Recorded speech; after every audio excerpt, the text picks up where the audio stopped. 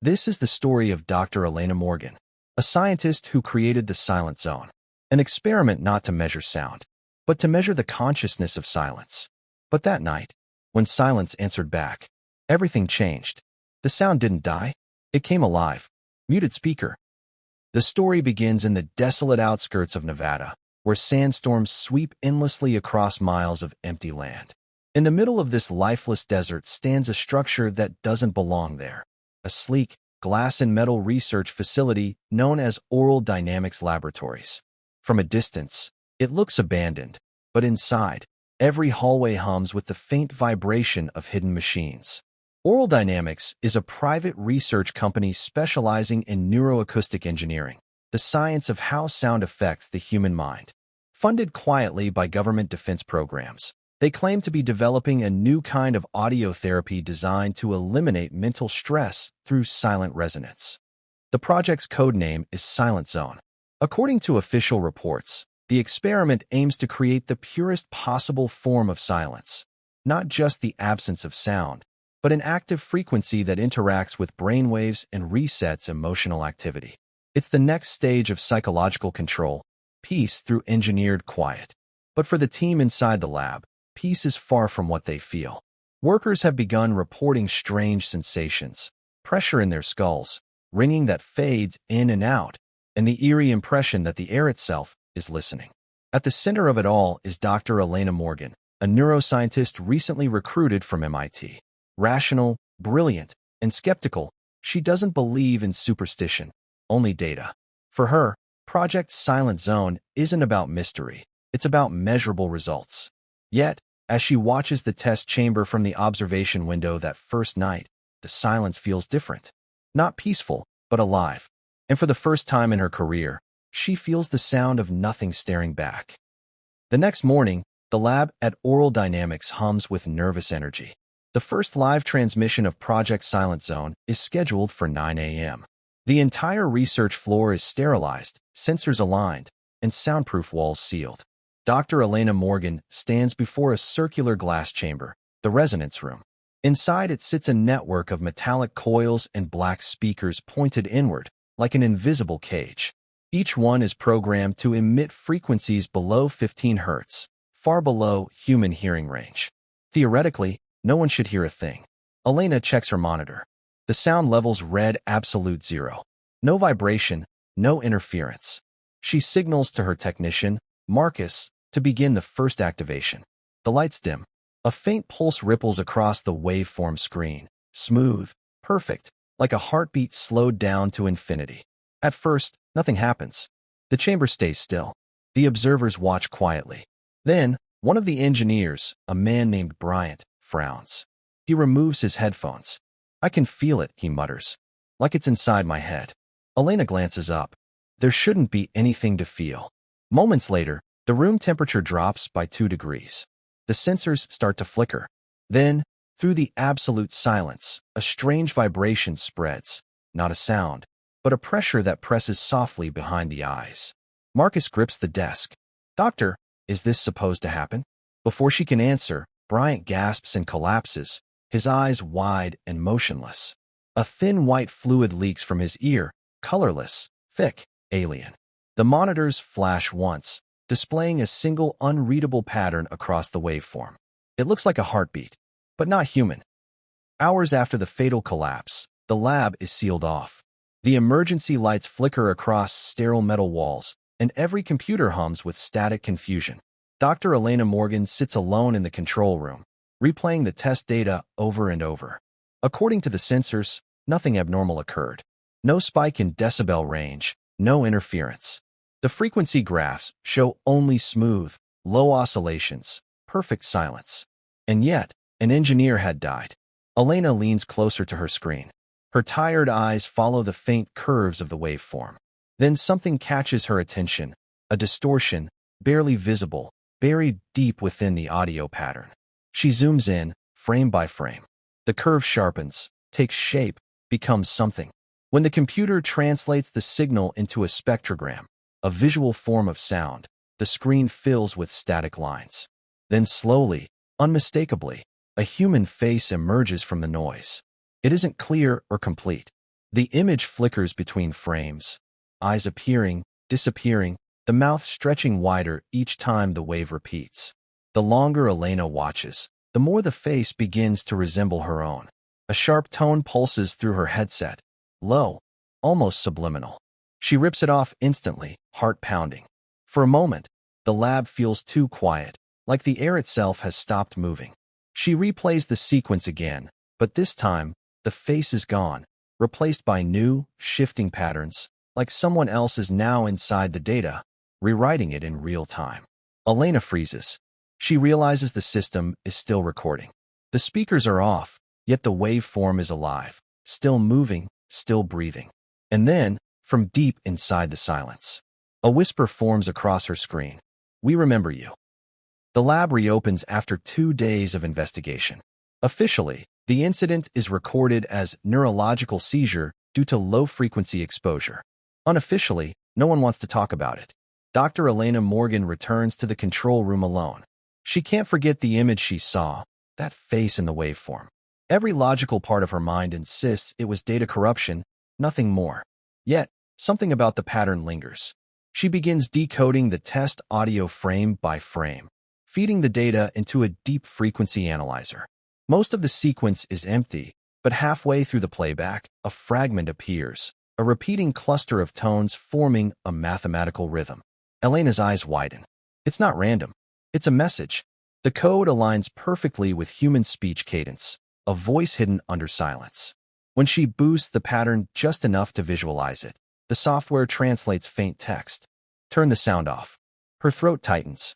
The system wasn't supposed to speak back. Suddenly, the waveform spikes for the first time since the experiment. The speakers, though powered off, begin to vibrate. The lights dim as if the frequency is crawling through the electrical grid itself. Elena slams the main switch, killing the power. The hum dies instantly. But when the room falls silent, she hears it again, not through her ears, but inside her skull, the same rhythm pulsing beneath her heartbeat. And deep in that rhythm, hidden between every pause, a faint echo whispers, "We warned you." The next morning, Elena walks into the lab to find 2 of her assistants packing their things. They refuse to work another day on Project SilentZone. "We're hearing things when we sleep," one of them says quietly. "Not dreams, vibrations." Elena brushes it off as mass hysteria, a psychological echo caused by stress. But when she turns on her terminal, she freezes. Her screen flickers once, then fills with static. The words she saw yesterday appear again. "Turn the sound off," typed repeatedly across every file. Before she can react, a sharp feedback tone bursts from her speakers, though the system is still off. Her coffee mug trembles slightly, rippling like something heavy just moved nearby. Marcus, the only technician still assisting her, rushes in. "Doctor," the waveform's running again, without power. She stares at the monitors. The signal on the screen isn't a sound wave anymore. It's a pulse, like a beating heart.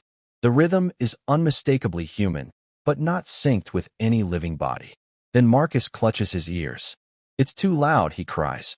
But there's no sound in the room, just the low, invisible hum that presses against their bones. Elena grabs him by the shoulders, shouting over the silence, "There is no sound, Marcus." He looks up, terrified. "Then what's talking to us?" The monitors flicker violently. Every screen now displays a distorted sentence, shifting letters faster than the eye can follow.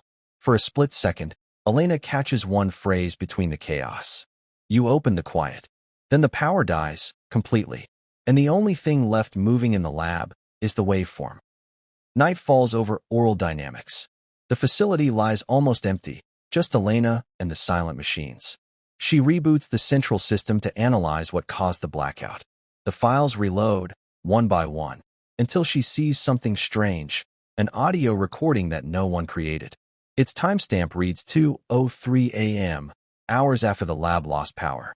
Curious but uneasy, she plays it. The waveform looks flat. No spikes, no peaks. Pure silence.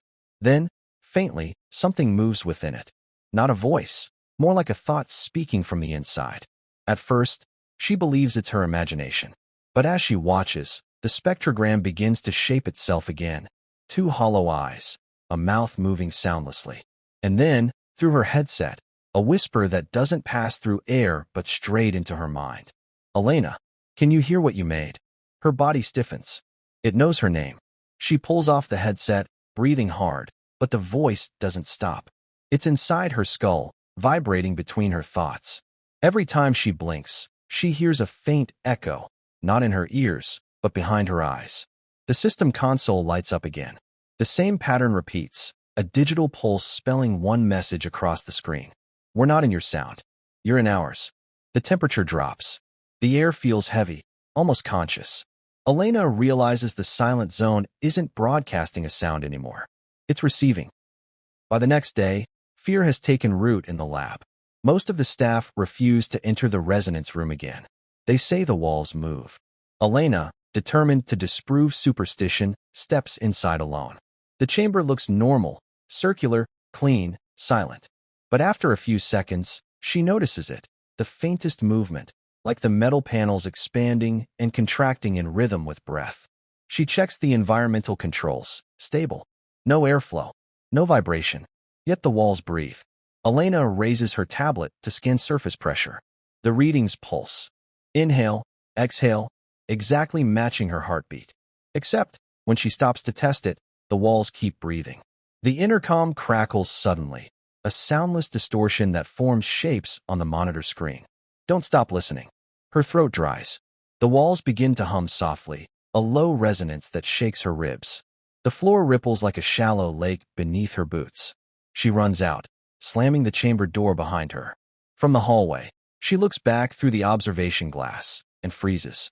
Inside the resonance room, the shape of a person now stands in the center, visible only as a distortion in the air, as if made of vibrating sound waves.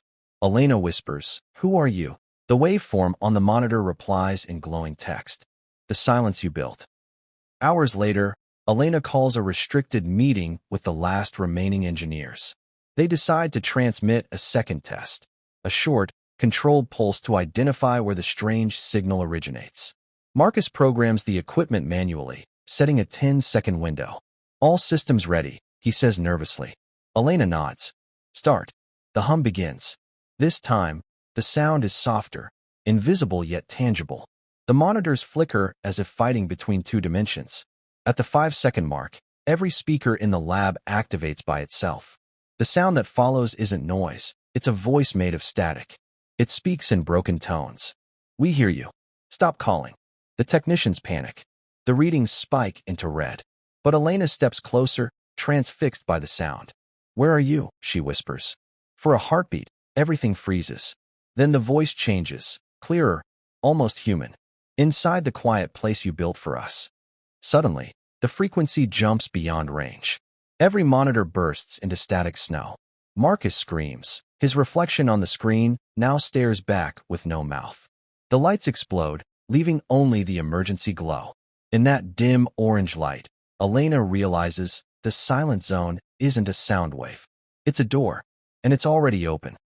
After the second transmission, the lab is in ruins, broken monitors, shattered glass, and silent alarms blinking red. Dr. Elena Morgan sits in the control room, exhausted but obsessed. The experiment can't be random anymore. Something intelligent is responding. She replays the signal, isolating each pulse between gaps of silence. At first, they seem meaningless, random intervals of energy. But when she aligns them on a digital timeline, a pattern forms, like Morse code. Her heart begins to race.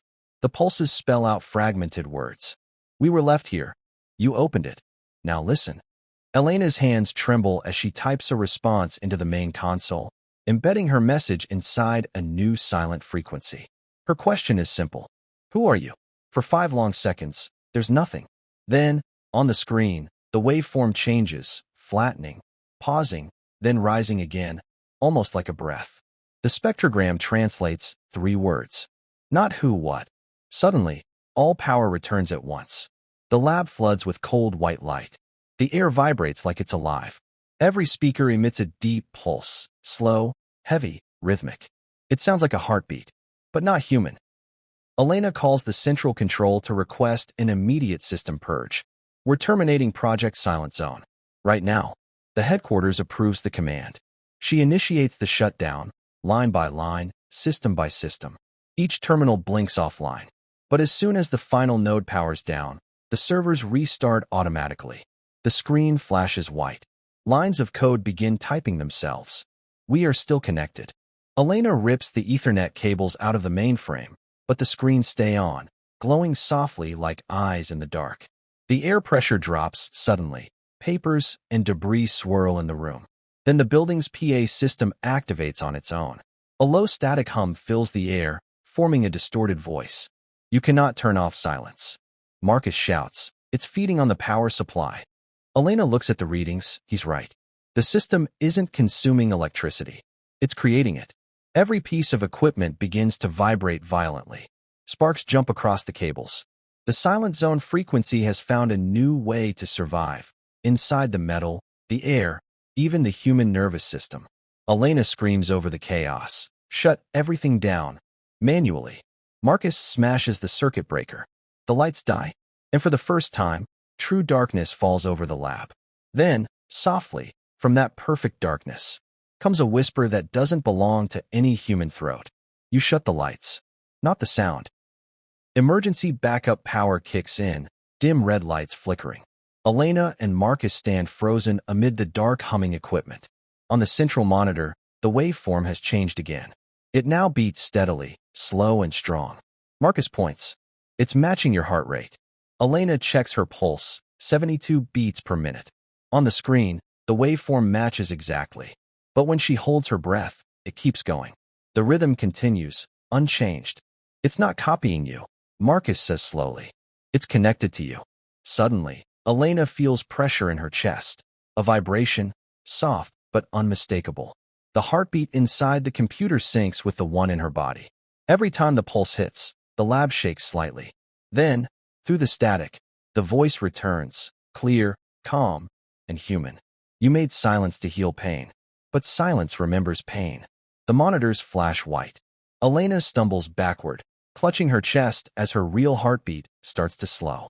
Marcus grabs her arm, terrified. Doctor, your pulse, it's dropping. Elena gasps, eyes wide. It's taking it. The waveform stabilizes, strong, steady, while her own heart begins to fade. And in that instant, she realizes the truth. The silent zone isn't a sound.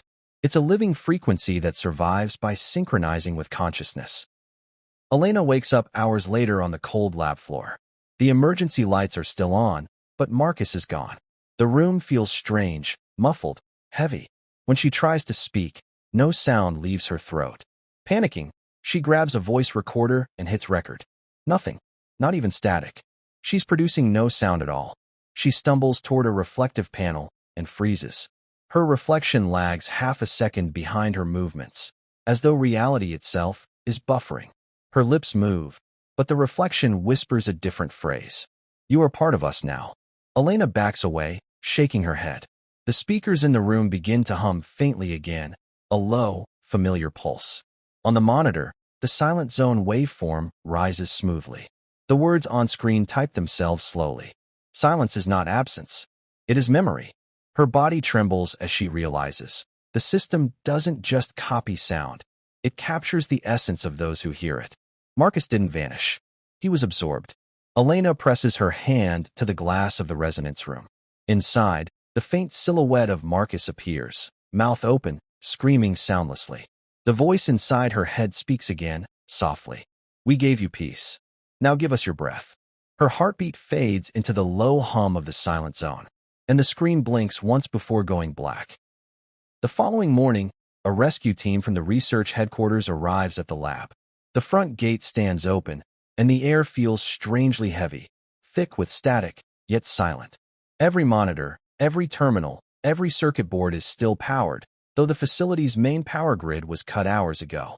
Inside, there's no sign of Elena or Marcus.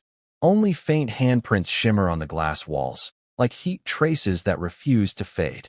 Lead investigator Dr. Hartman reviews the system logs. Everything after 2:37 a.m. is blank. No data, no footage. But when he replays the last available recording, the screen glitches. For a split second, Elena's face appears. Not screaming, not afraid, just watching, with eyes that seem to follow him through the screen. The team checks the resonance room. The speakers are humming faintly, emitting a pulse at exactly 72 beats per minute, the same as a human heartbeat. Hartman orders them to disconnect everything. But as soon as a technician touches the control panel, the hum stops. Complete silence fills the room, not peaceful, but suffocating. Then, faintly, from the intercom, "We're still here." The team freezes.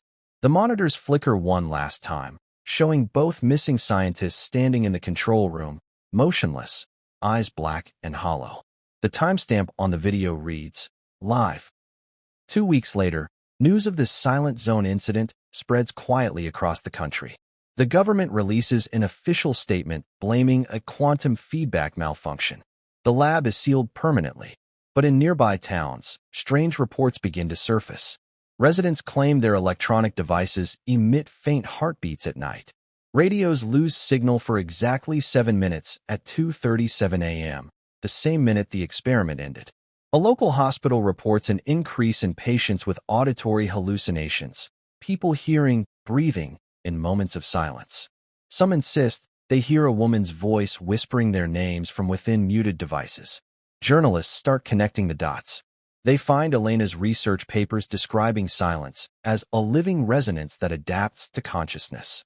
Online forums call it the silent infection, a frequency that hides between electromagnetic gaps, feeding on human perception.